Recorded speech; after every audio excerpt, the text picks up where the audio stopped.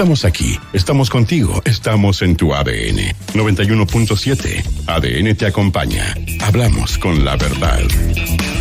Faltan 20 minutos para las 7 de la tarde, 20 minutos para las 8 en la región de Magallanes. Estamos haciendo ADN te acompaña, 2 horas menos en Isla de Pascua, Rapa Nui. A través de nuestras 42 estaciones hacemos este programa y donde usted también puede participar en el más 569-7772-7572, nuestro WhatsApp. Bueno, vamos a hablar de un tema que no deja de ser importante y que es fundamental y que es de alguna u otra manera indispensable, sobre todo en las relaciones entre padres e hijos. ¿A qué me refiero? Precisamente a lo que se trata de la crianza compartida. ¿De qué se trata esto precisamente? Esta búsqueda de la equidad, de la corresponsabilidad en la crianza de los niños y niñas, y donde también surgen lamentablemente episodios de violencia, sobre todo en lo que se relaciona a la tuición de los hijos por parte de los padres. Bastián Lovetich. Sí, y estamos en contacto con la psicóloga de la agrupación Crianza Compartida, Carolina Valenzuela, que nos va a compartir más detalles respecto a esto. Y a ver, partir desde lo básico. Carolina, primero te saludo, muy buenas tardes, gracias por estar con nosotros. Hola, buenas tardes, ¿cómo están ustedes? Gracias por la invitación. Muchas gracias a ti. Quería preguntarte si esto tiene que ver más, porque, a ver, entiendo que se han ido retomando algunos proyectos que estaban medios dormidos, por ejemplo el que tiene que ver con la violencia vicaria, que hace un par de semanas se dijo que se iba a reactivar a través de una modificación, de una indicación de un proyecto de ley. ¿Esto tiene que ver más bien con padres separados, o también la crianza compartida propiamente tal se ve con falencias cuando las parejas todavía siguen juntas, digamos?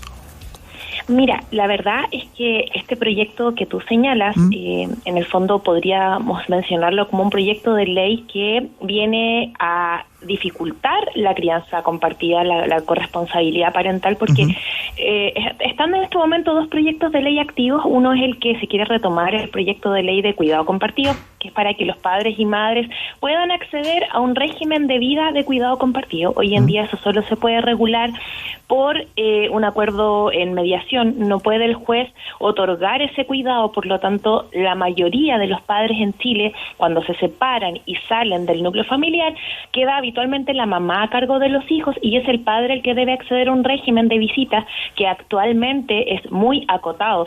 Son habitualmente 2 veces al mes que los padres ven a sus hijos.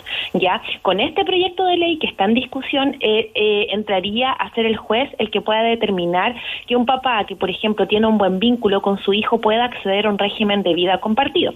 Ya el proyecto de ley que tú señalas es un proyecto de ley bastante sesgado, ya que es un proyecto de ley que señala que solamente el padre, el hombre padre, ¿cierto?, es el que ejerce el maltrato sobre la mujer madre a través de los hijos, dejando a los niños ni siquiera como un sujeto de derecho, sino que como un objeto, pasando a ser la mujer el ente vulnerable y el niño un mero objeto, ya. Y además este proyecto de ley viene con el sesgo de género incluido, que solamente serían los padres los que ejercerían el maltrato, dejando en absolución a muchas mamás que también ejercen maltrato infantil. Entonces es un proyecto de ley sumamente complejo, que ya se ha aprobado en otros países y que ha generado que las denuncias falsas hacia los padres crezcan gigantescamente.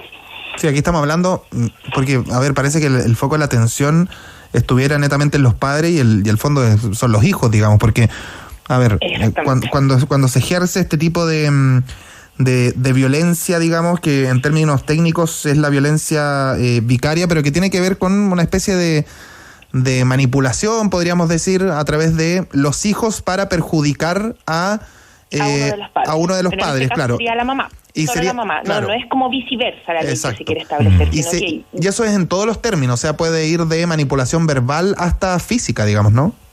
Exactamente. Y mira, yo creo que lo más complejo es que uno de los indicadores, por ejemplo, si un papá quiere proteger a su hijo de una vulneración de derechos que está ocurriendo en el hogar de la figura materna, al ser mamá y ser el papá el que hace esta judicialización, también se considera violencia vicaria el exponer a la mamá a un proceso judicial.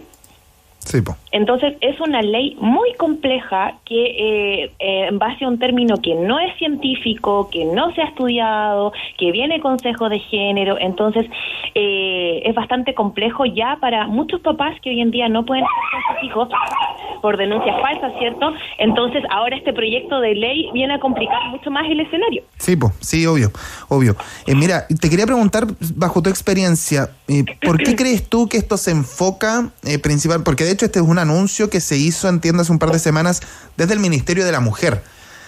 ¿Por qué se enfoca principalmente en la mujer, entendiendo que el foco es el hijo, más allá de quién ejerza la violencia, digamos, propiamente tal, a través del hijo? El foco es él o ella, los hijos, digamos.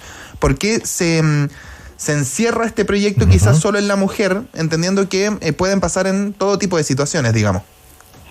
Bueno, las últimas políticas que han tratado de salir últimamente recalcan bastante el tema de la violencia hacia la mujer, del género.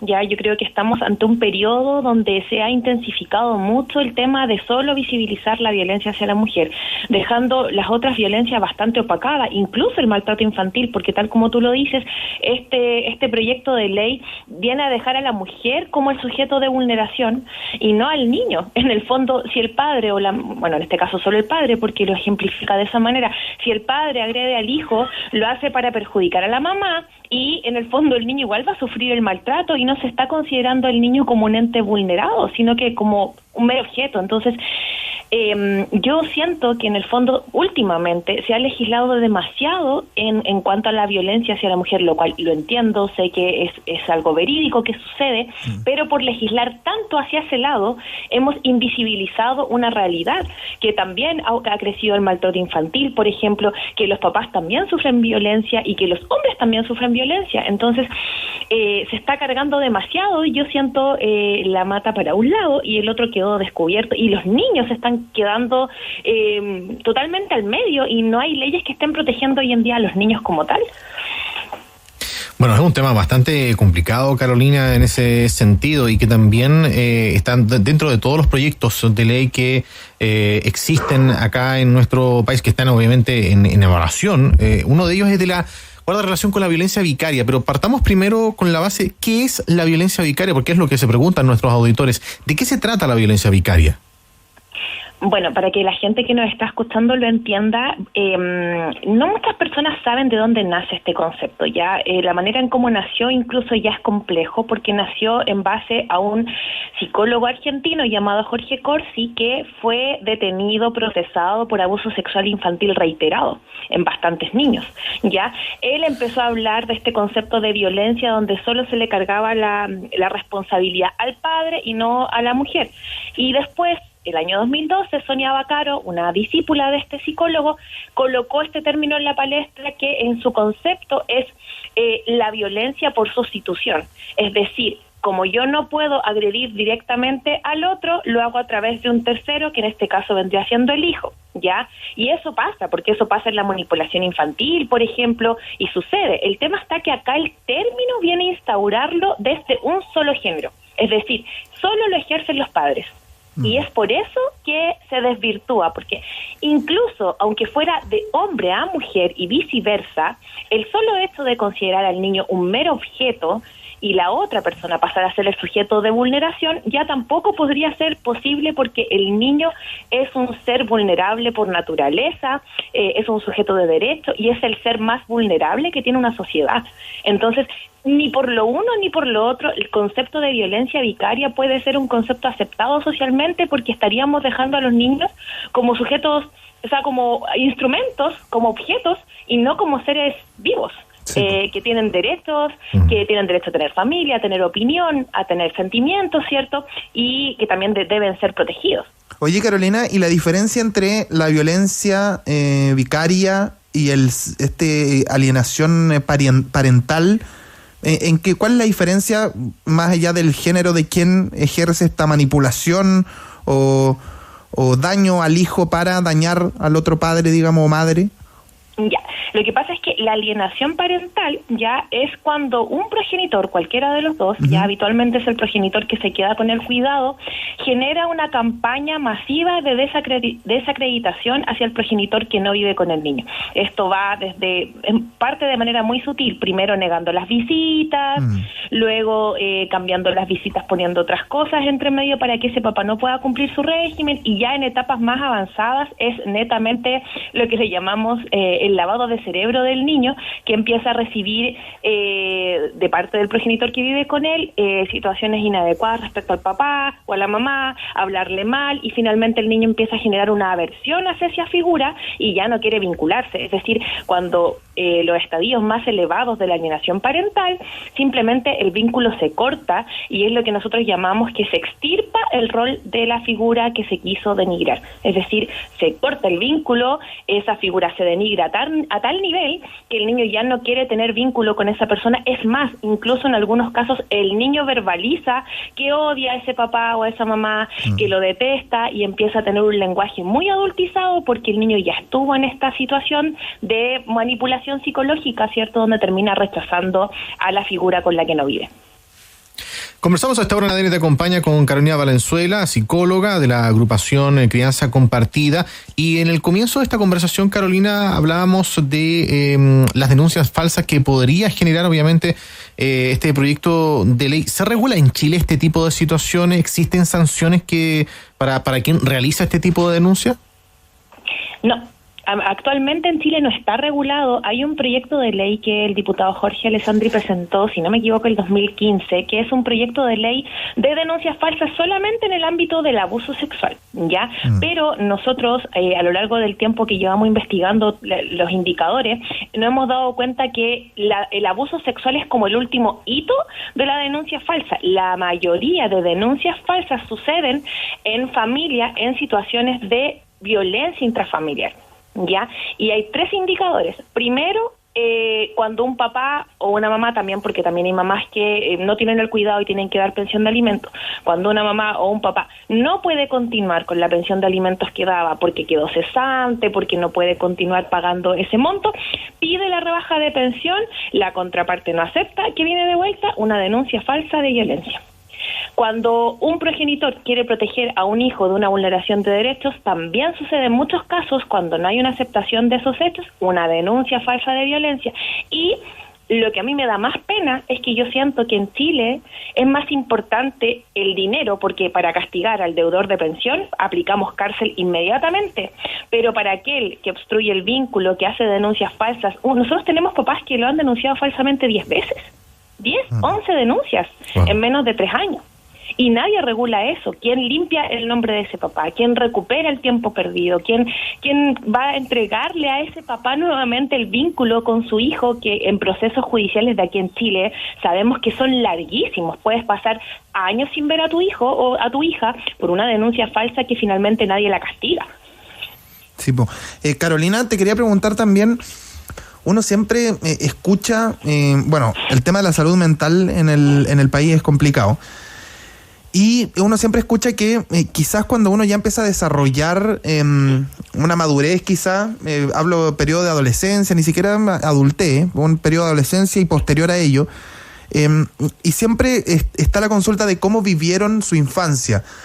A lo que quiero llegar es cómo un problema como este de separación de los papás, que quizás debería ser lo más normal del mundo, entendiendo cómo está la sociedad actual, pero cuando se empieza como con este tipo de problemas de que un papá o una mamá quiere poner en contra al otro y etcétera, cómo esto le afecta al niño. Y si hay algún estudio o quizás tú puedas identificar cómo esto afecta al niño posteriormente en su salud mental, digamos.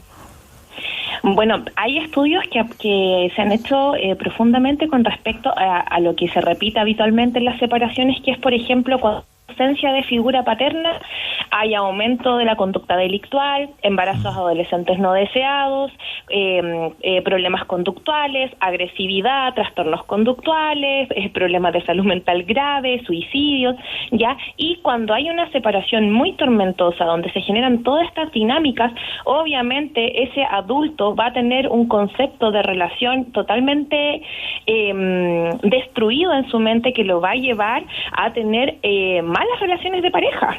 Sí, pues. Entonces, el daño que repercute en un niño que ha vivido un proceso de separación de esta índole, porque nosotros hablamos desde el ideal, ¿no? El ideal es que un niño pueda vivir un proceso de separación normal, saludable, pero aquí en Chile hay un alto porcentaje de separaciones tormentosas que terminan en procesos judiciales eternos, que terminan con falsas denuncias entre medio o vulneraciones de derechos, y al final ese niño está expuesto constantemente a evaluaciones, a pericia, a declarar en tribunal, y eso genera un trauma, porque son cosas que los niños no olvidan, por mucho que uno trate de, y hayan profesionales especializados para hacer ese proceso lo menos invasivo posible, ese niño igual va a quedar con un trauma porque entiende que esto está pasando en un contexto de separación.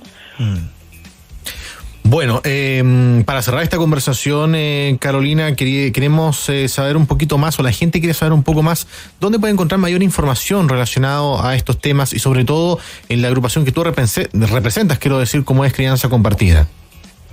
Bueno, la gente nos puede encontrar en redes sociales a través de crianza-compartido-chile.cl, Instagram, a través de Facebook también, y a través del correo crianzacompartidachile@gmail.com. Ya, Carolina, ahí pueden responder preguntas. Acá nosotros tenemos profesionales que ayudan en la agrupación, hay abogados también, y también bastante contención, porque yo creo que lo que más se necesita en estos procesos es la contención, la escucha, la red de apoyo familiar, porque como yo lo decía, son procesos judiciales súper largos, extenuantes, donde muchos papás no logran llegar a la meta y terminan devastados, porque hay tanta injusticia y además hay muchos sesgos de género en los tribunales de familia, donde todavía el rol del papá se sigue sintiendo como un rol de el papá de la billetera, que le digo yo, que es el papá que solo aporta economía, pero hoy en día tenemos cientos de miles de padres que quieren ejercer una crianza respetuosa, estar presente en la vida de sus hijos, y por estos procesos sesgados muchas veces se quedan sin esa posibilidad. Carolina Valenzuela, muchísimas gracias, que esté muy bien. Gracias a ustedes por la invitación, que estén muy bien también. Muchas gracias.